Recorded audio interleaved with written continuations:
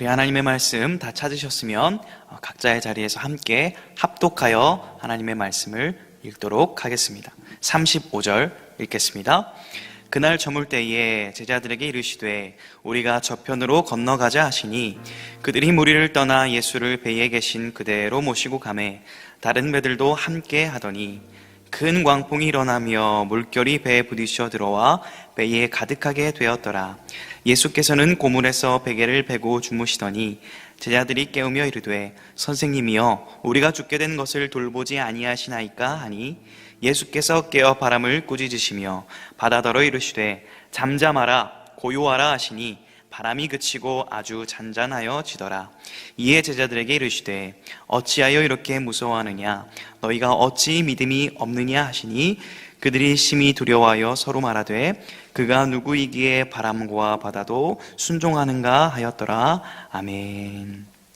샬롬. 사랑하는 성도 여러분, 반갑고 주님의 이름으로 축복합니다. 각 가정에서 하나님을 사랑함으로 예배드리는 성도님들에게 동일한 하나님의 크신 은혜가 있기를 소망합니다. 어느덧 벌써 4월달이 되었습니다. 어제는 이제 교육부 소식을 이제 듣게 됐는데요. 온라인 계약을 한다고 하더라고요. 4월 9일부터 중3, 고3부터 이제 시작을 하고 차근차근 이제 그 다음 학년들이 진행을 하는데 이 소식을 듣자마자 학부모님들의 탄식이 들리는 것 같았습니다. 하루 삼시세끼 밥을 해먹이는 일이 보통 일이 아니고 또 게다가 하루 종일 뒹굴어 놀고 누워있고 게임하는 이런 자녀들의 모습을 보면은 굉장히 속이 터지는 경험을 하시고 계시죠? 어떻게 이렇게 잘 아냐고요? 저도 학창시절에 부모님 속을 썩여드렸기 때문에 잘 알고 있습니다.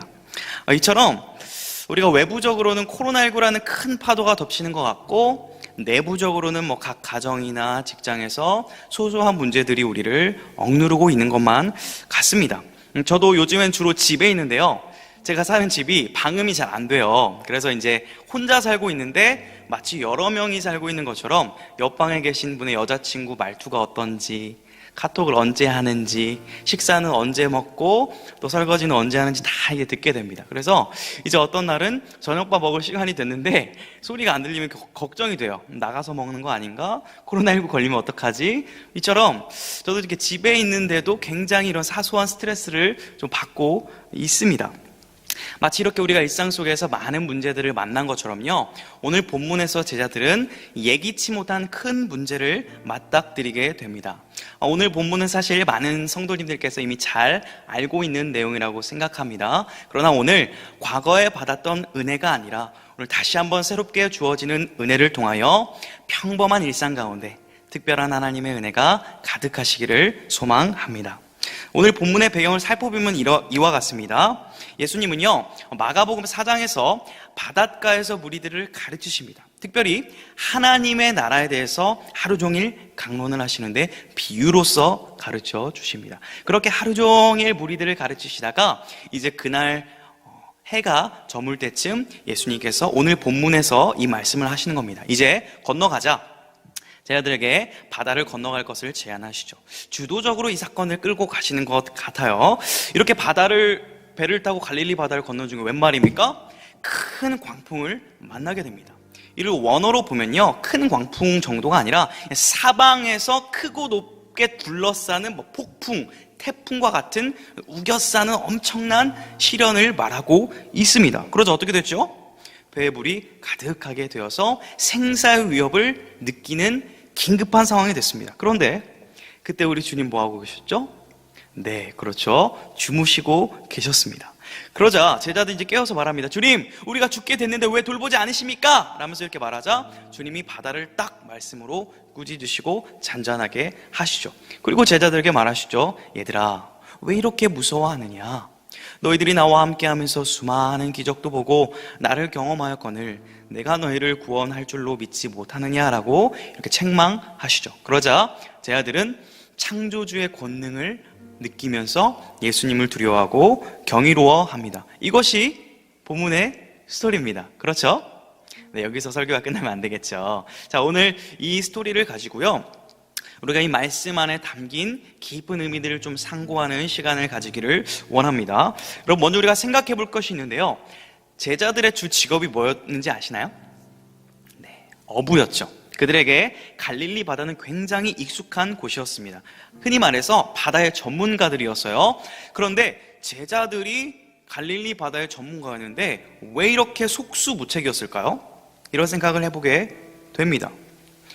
여러분, 갈릴리 바다는요, 지역적으로 지중해보다 한 200m 정도가 이렇게 고도가 낮습니다. 그래서 때로는 고요하다가요, 어떨 때는 큰 광풍이 불면서 성난 바다가 바로 갈릴리 바다인데요. 제가 고요한 갈릴리 바다 사진을 가져왔습니다. 한번 보시죠.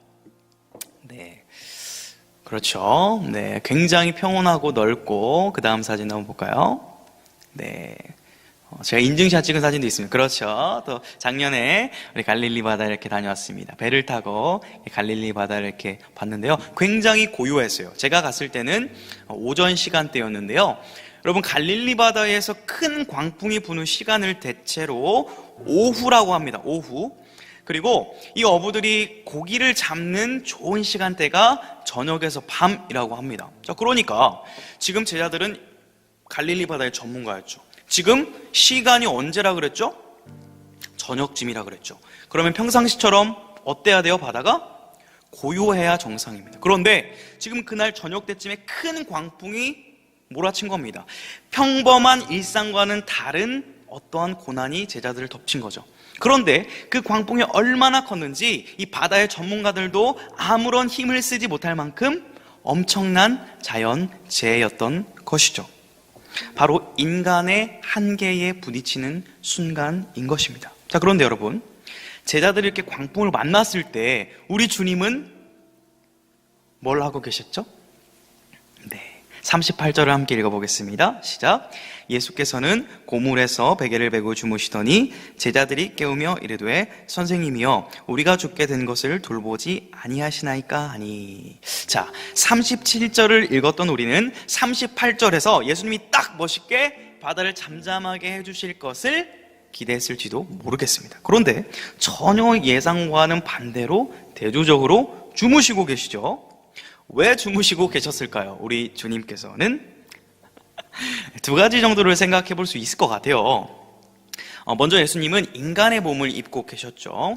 하루 종일 한 영혼이라도 더 구원하시기 위하여서 최선을 다하여 말씀을 가르치시고 사역하시고 병든 자를 고치시고 죽어가는 자를 살리시는 그런 사역들을 하셨습니다. 그렇기 때문에 인간의 몸을 입고 오신 주님께서는 굉장히 피곤함을 느끼셨을 것입니다. 얼마나 피곤하셨으면은 이 폭풍이 부는 사이에 배의 후미, 이 고물에서 불편한데 잠을 주무시고 계셨겠습니까? 동시에 두 번째로 생각해 볼 거는요, 우리 주님은 하나님이십니다. 곧 신성을 가지신 하나님이시죠. 이를 믿으십니까? 자, 그런 주님께서는 이러한 일이 일어날 것을 알고 계셨습니다. 의도를 가지고, 계획을 가지고 지금 갈릴리 바다로 오신 것이죠. 그렇기 때문에 만물의 창조자여 통치자가 되시는 주님께서는 이 파도가 나를 덮치지 못할 것이라는 것을 잘 알고 계셨습니다. 그렇기 때문에 폭풍도 앗아갈 수 없는 창조주만이 누릴 수 있는 여유와 쉼을 누리고 계셨던 것입니다. 그런데 우리 주님께서 무엇인가를 좀 기다리시는 것 같아요. 주무시면서. 그게 뭘까요? 바로 제자들의 반응이었습니다. 제자들이 주님을 깨우자 기다렸다는 듯이 즉시 바다를 잠잠하게 하십니다. 우리 39절을 다시 한번 읽어보겠습니다. 시작. 예수께서 바람을 꾸짖으시며 바다더러 이르시되 잠잠하라 고요하라 하시니 바람이 그치고 아주 잔잔하여지더라. 네, 여기서 특별히 예수님께서 바람을 잠잠하게 하시되 꾸짖었습니다. 즉 말씀으로, 한마디로 바다를 단순간에 잠잠하게 하신 것이죠. 우리 주님께서는요, 모든 요동치는 파도를 잠잠하게 하시는 분이십니다. 우리의 아픔과 문제를 외면하지 않으시는 분이시요, 이를 능히 해결하실 수 있는 창조와의 구원자가 되시는 줄 믿습니다. 자, 그런데 우리가 생각해 볼 것이요, 주님께서 왜 말씀으로 이 바다를 잠잠하게 하셨을까요? 이것은 매우 의도적인데요. 여러분, 오늘 본문 36절에 보면요, 제자들과 더불어 다른 배들도 함께 있었다라고 마가복음은 기록해요. 즉 앞선 4장에서 하나님 나라의 비유를 들었던 무리들, 예수님의 표적을 봤던 많은 무리들이 예수님을 바다까지 쫓아왔다고 우리가 생각해 볼 수 있습니다. 그런데 그들 모두가 지금 위기에 처해 있었죠. 그러자 주님은 하나님 나라의 말씀을 가르쳤던 바로 내가 이 모든 만물을 다스리는 자다라는 것을 실제적으로 보여주고 계신 것입니다. 잠잠하라, 고요하라 라는 말씀 한마디로 모든 바다를 다스리시는 하나님, 창조주 되시는 하나님, 만물의 통치자 되시는 하나님의 위엄과 능력을 보여주고 계신 것입니다. 실시간으로 생생하게 시청각 교육으로 그들을 가르쳐주고 계신 것이죠. 우리 구약의 이사야 50장 2절 말씀을 한번 읽어봤으면 좋겠는데요. 우리 한 목소리로 함께 읽어볼까요? 시작. 내가 왔어도 사람이 없었으며 내가 불러도 대답하는 자가 없었음은 어찌 됨이냐. 내 손이 어찌 짧아 구속하지 못하겠느냐. 내게 어찌 거칠 능력이 없겠느냐. 보라, 내가 꾸짖어 바다를 마르게 하며 강들을 사막이 되게 하며 물이 없어졌으므로 그 물고기들이 악취를 내며 갈아여 죽으리라. 아멘. 지금 이 말씀은요, 여러분, 구약 말씀이죠. 이사야 말씀입니다. 바로 여호와 하나님의 권능과 위엄과 능력을 말하고 있는 본문입니다. 예수님도요, 이 이사야 말씀을 아셨고요, 제자들도 아마 이 말씀을 알았을 수도 있을 겁니다. 그렇기 때문에 지금 이들이 문자로만 봤던 하나님의 말씀을 지금 두 눈으로 똑똑히 생생하게 체험하고 있는 것입니다. 그렇기 때문에서 41절에서 그들은 심히 두려워하며 그가 누구시냐라고 놀라고 있는 것입니다. 바로 예수님에게서 여호와 하나님에게 느낄 수 있는 경외감을 느끼고 있는 것입니다. 할렐루야.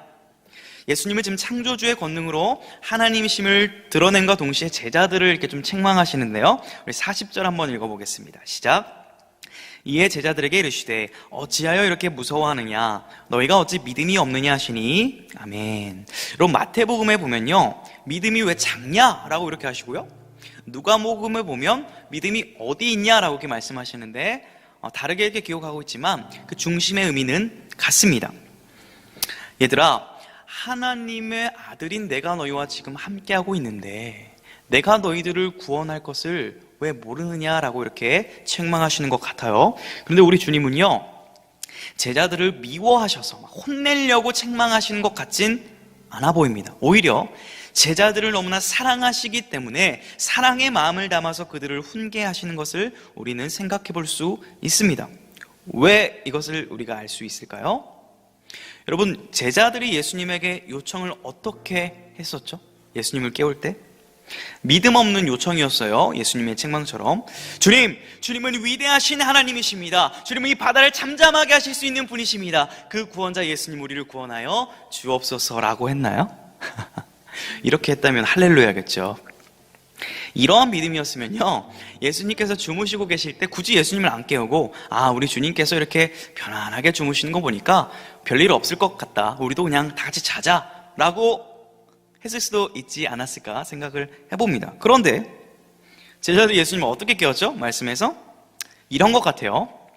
아니 선생님, 우리가 지금 죽게 됐습니다. 지금 선지자 같아서 내가 배도 버리고 그물도 버리고 가족도 버리고 주님을 따랐는데 고작 갈릴리 바다에서 지금 개죽음 당하게 생겼습니다. 어떻게 하실 겁니까? 우리 다 죽어가고 있습니다 라면서 원색적인 비난을 주님께 쏟고 있는 것만 같습니다. 자, 성도 여러분, 여기까지만 한번 생각해보면 주님께서 이제 어떻게 하셔야 정상일까요? 이 배은망덕한 제자들아, 내가 지금까지 너희를 돌보고 함께하고 기적을 보이고 먹이고 입혔는데 너희들이 나를 이렇게 몰라도 한참 몰라? 너희들 태풍 속에 그냥 있어? 라고 하셔도 할 말 없을 것 같아요. 그런데 주님께서는 즉시 말씀으로 그들을 구원하여 주셨습니다. 여러분, 지금 제자들이 믿음이 좋아서 구원을 받았습니까? 아니요. 만물을 다스리시는 하나님, 신실하신 예수님께서 일방적으로 그들을 긍휼히 여기시고 불쌍히 여기셨기 때문에 그들을 구원하여 주셨음을 볼 수 있습니다. 할렐루야. 지금 예수님은요, 제자들을 책망하시되 사랑하는 마음으로 이렇게 말씀하시는 것만 같습니다. 얘들아, 너희가 지금껏 내 말씀을 들었고 내가 행하는 모든 표적들을 보았는데 아직도 내가 누구인지 모르겠느냐? 이것 봐라. 나는 모든 만물을 다스리는 자요, 너희들을 능히 구원할 수 있는 하나님이다. 이런 나를 좀 제대로 알고 나를 온전히 의지하지 않을래? 라고 사랑의 책망을 하시는 것처럼 저는 느껴집니다. 사랑하는 여러분, 우리 인생이 마치 갈릴리 바다와 같진 않습니까? 때론 고요하고 평안하지만 때로는 예상하지 못했던 큰 광풍이 우리를 덮치는 것만 같습니다. 우리는 이러한 광풍 앞에 힘겨워하는 인생이 아니겠습니까? 코로나19와 같은 신종 바이러스 앞에 최첨단 과학을 자랑하고 기술을 자랑하는 이제 AI 시대가 열렸다, 4차 산업혁명이 열렸다라고 얘기하는 지금 인류는요, 이 코로나19 앞에 굉장히 무력함을 느끼는 것만 같습니다. 제가 이와 관련해서 최근에 3월 24일자 어느 기사를 하나 이제 읽었는데요. 이 기사를 전문으로 다 읽어드리기에는 좀 시간상 어려울 것 같고 부분을 제가 발췌해서 가져왔습니다. 한번 이 기사를 좀 읽어드리도록 하겠습니다. 이탈리아의 의사 율리안 우르반이라는 의사가 한 고백인데요. 한번 읽어드리겠습니다.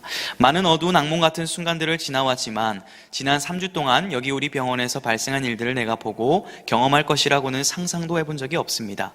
그 악몽은 실제로 이루고 있고 또 그 흐름은 더욱 거대해져만 갑니다. 처음에는 몇 명이 병원으로 실려왔고 그 다음은 몇십 명, 그리고 몇백 명이 몰려옵니다. 이제 우리는 더 이상 의사가 아닙니다. 우리는 그저 누가 살 수 있고 누가 죽음을 맞이하러 집으로 보내져야 하는지를 결정해 라벨을 분류하는 사람들에 불과합니다. 2주 전까지 나의 동료들은 무신론자였습니다. 이것은 이상한 일이 아닙니다. 그런데 지금 우리는 고백할 수 있습니다. 한낱 인간인 우리는 매일 수많은 사람이 죽어나가는 이 상황에 더 이상 무엇도 할 수 없는 한계에 이르렀습니다. 우리는 지쳤고 우리의 동료 2명은 사망했으며 다른 동료들은 바이러스에 확진되었습니다. 그런데 인간이 할 수 있는 일이 끝나는 거기에서 우리는 하나님이 필요함을 깨달았습니다. 그리고 짧은 몇 분의 휴식 시간이 주어질 때 우리는 하나님께 도움을 구하기 시작했습니다. 네, 이런 기사인데요. 사랑하는 여러분, 현재 유럽 전체, 특별히 이탈리아의 상황이 매우 심각한 것으로 뉴스를 통해 우리가 알 수 있습니다. 우리는 하나님의 도우심이 절실히 필요합니다. 특별히 모든 세계에 고통받고 있는 자들을 하나님께서 위로하여 주시고 구원하여 주시기를 기도할 뿐입니다. 더 나아가서는 많은 이들이 이 의사가 고백했던 것처럼 하나님의 도우심을 깨닫는 이 시기가 되기를 원합니다. 사랑하는 여러분, 마치 물이 가득 차서, 배가 가득 물이 차서 생명의 위협을 느끼는 것만 같은 지금 이 순간, 우리가 할 수 있는 것이 무엇이겠습니까?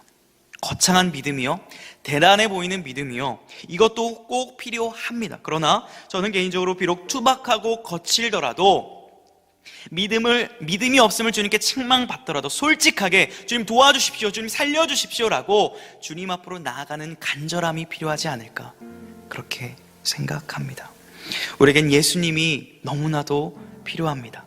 마태복음 20장에서 맹인들이 예수님께 소리쳤던 그 기도가 떠오릅니다. 다윗의 자손이여, 우리를 불쌍히 여기소서. 물론 우리가 성숙한 신앙인이라면요, 이러한 어려움 속에서도 믿음의 여유를 가지고 감사하고 찬양하는 그런 성숙한 신앙을 가져야 할 것도 필요합니다. 그런데 저는요, 믿습니다. 오늘 본문에서 제자들이 믿음 없어 보이는 것처럼 고백했지만 그들을 외면하지 않으시고 그들을 구원하여 주셨던 주님께서 비록 우리의 투박하고 거친 요청일지라도, 간절한 기도일지라도 주님께서 우리의 기도를 외면하지 않으시고 우리를 구원하여 주실 것을 저는 믿습니다.